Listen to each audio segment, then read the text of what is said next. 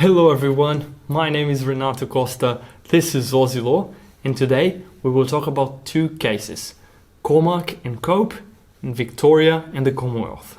What was the decision of the High Court of Australia regarding the proceedings delineated in section 57 of the Commonwealth Constitution?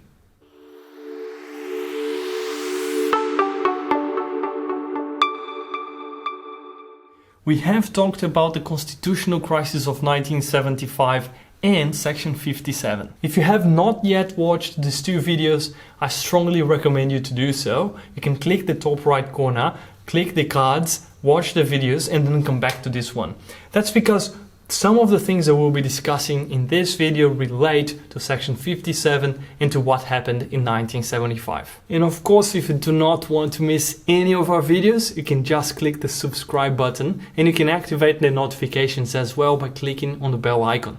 That way, you'll be notified when I upload my new videos and you're not gonna miss any of them. Okay, now that we're all set, let's start. The first case that I would like to mention is Cormack and Cope from 1974. After the general elections that followed the double dissolution in 1974, the Senate once again rejected those 6 bills that had already been rejected twice by the previous Senate. So the Governor-General, acting on the advice of the Prime Minister, issued a proclamation convening both Houses of Parliament for a joint sitting. That joint sitting happened on 6 August 1974. 5 days before the joint sitting happened, 2 senators, Cormack and Webster, started proceedings against the President of the Senate, the Speaker of the House, the clerks of the 2 houses, the Prime Minister and the Attorney General.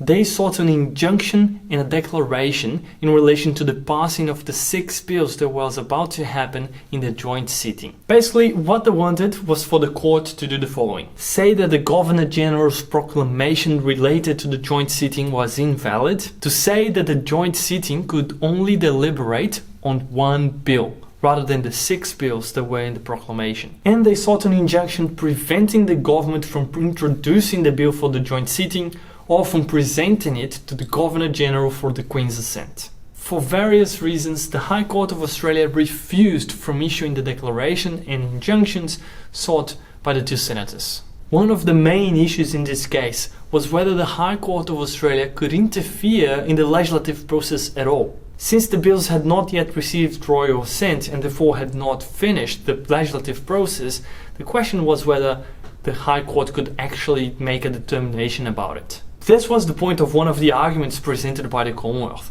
The Commonwealth Attorney General said that the matter before the court is a proceeding in Parliament.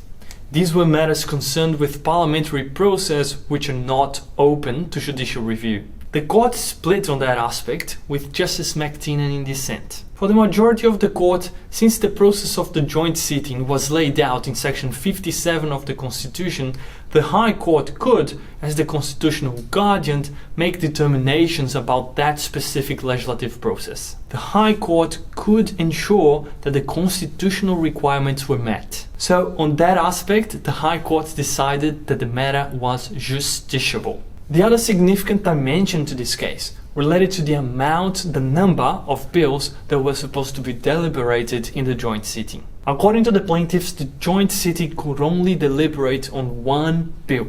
As they argued, allowing for multiple bills to be determined by the joint sitting would equal to diminishing, removing certain powers and the status of the Senate. They said that the government could end up stockpiling bills, and then at a convenient time they could then instantiate section 57 and have those bills voted in a joint sitting. This maneuver, they argued, was contrary to the Senate, to the federal constitution and to the bicameral system that we have in Australia. The High Court, however, rejected that argument. For all justices, there was nothing in section 57 that prevented the presentation of more than 1 bill to be voted and deliberated in a joint sitting. Chief Justice Barwick did complain a little bit about the fact that the Governor-General had mentioned in the proclamation the number of bills that were supposed to be deliberated in the joint sitting. But that was not sufficient to make the proclamation itself unconstitutional, nor to grant the plaintiffs the relief that they were seeking. The decision of the High Court of Australia in this first case then was that the matter was justiciable because it related to a proceeding in Parliament that was laid out in the Constitution, specifically Section 57, and that the proclamation of the joint sitting was not unconstitutional. But in that same month, a new case related to the joint sitting came before the High Court of Australia. This time the case was brought after the joint sitting had already happened. One of the 6 bills that had been passed in the joint sitting was the Petroleum and Minerals Authority Bill. A specific question had arisen in relation to this bill with respect to the period, the time frame, after there was a failure of the Senate to pass the bill. Once the bill had been approved by the majority in the joint sitting, and once it had received royal assent, the state of Victoria brought an action against the Commonwealth. The state of Victoria was seeking a declaration that the Petroleum and Minerals Authority Act was invalid because it did not comply with Section 57 of the Constitution. Here's why. This is what happened. The PMA bill was passed on the 12th December 1973 by the House of Representatives. In the next day, the bill reached the Senate, but the Senate adjourned debates until after the Christmas recess. So, in this way, the bill would only be discussed in the beginning of February. But Parliament was prorogued until the end of February 1974. So, in the beginning of March, the House asked the Senate to analyze the PMA bill. The Senate resumed consideration of the bill in 19 March 1974. But the motion for a second reading was rejected in the Senate in the 2nd of April 1974.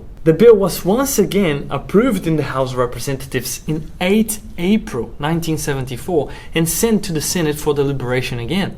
But on April 10, the Senate deferred the analysis of the bill for 6 months. The senators were basically saying that they had just analyzed it and that they needed more time for the ideas to mature so they could analyze it again. But before that second analysis by the Senate and the House of Representatives were dissolved in that double dissolution of 1974. I have put all of these dates that I've just mentioned in the description of this video to make it easier for you. Now, since I've done that for you, you could also do something for me, and that is clicking the like button, sharing this video, and also subscribing to our channel, or even joining our Aussie law community by becoming a member of our channel.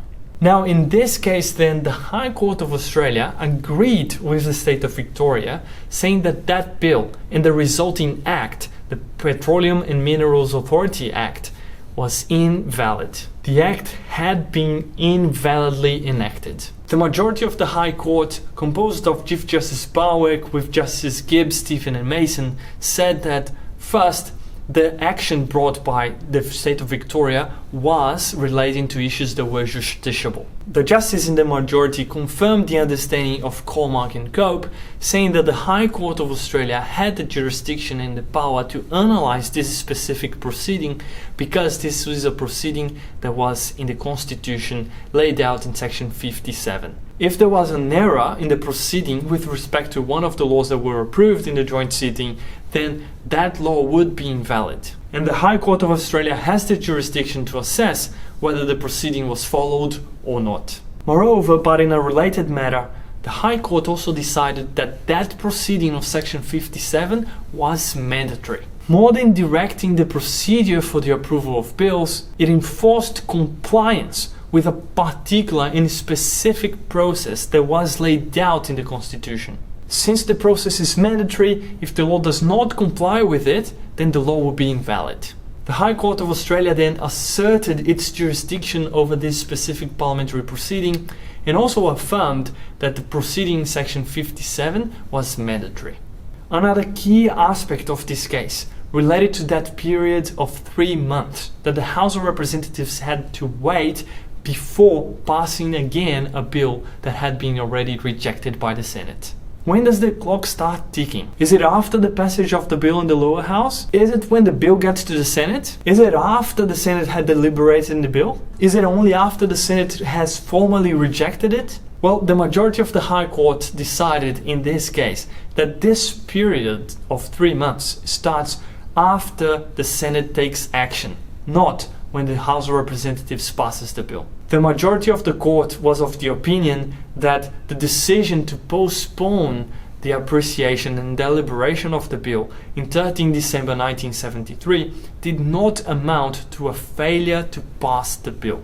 A failure to pass the bill suggests that a time has arrived for the deliberative processes of the Senate, when it ought to answer the question whether or not they will approve the bill or make amendments to it.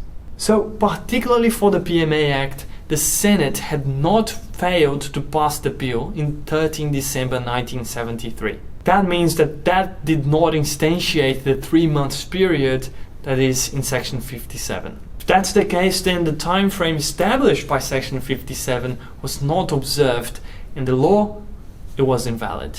So the results of these two cases teaches us that, take note, the High Court of Australia has the jurisdiction to analyse the validity of a law if it has been approved according to the proceeding established in section 57. That there are no limits to the amount of bills that Parliament will vote in a joint sitting. That the process of section 57 is mandatory. And thus, if the proceeding is not fully observed, the law resulting of it will be invalid. And so, since the period of 3 months was not observed with the enactment of the PMA Act, because that period only starts when the Senate actually fails to pass the bill, and to fail to pass a bill means that the Senate has allowed sufficient time for deliberation, for the deliberative process to actually occur, the Petroleum and Minerals Authority Act was not validly enacted in the joint sitting. There were some other highly controversial bills being approved in that joint sitting as well. As you can imagine, there are some reasons why the Senate was continuing to reject those bills. But there's one of them that has a special flavor. This one that I'm thinking particularly only passed because of the narrow majority in the joint sitting. Doesn't look like the Senate was going to approve it otherwise. Why? Because the bill that I'm referring to is about this territorial representation in the Senate. I will tell you more about that in my next video. So click the subscribe button, click the bell icon, and I'll see you soon. Until then, ciao.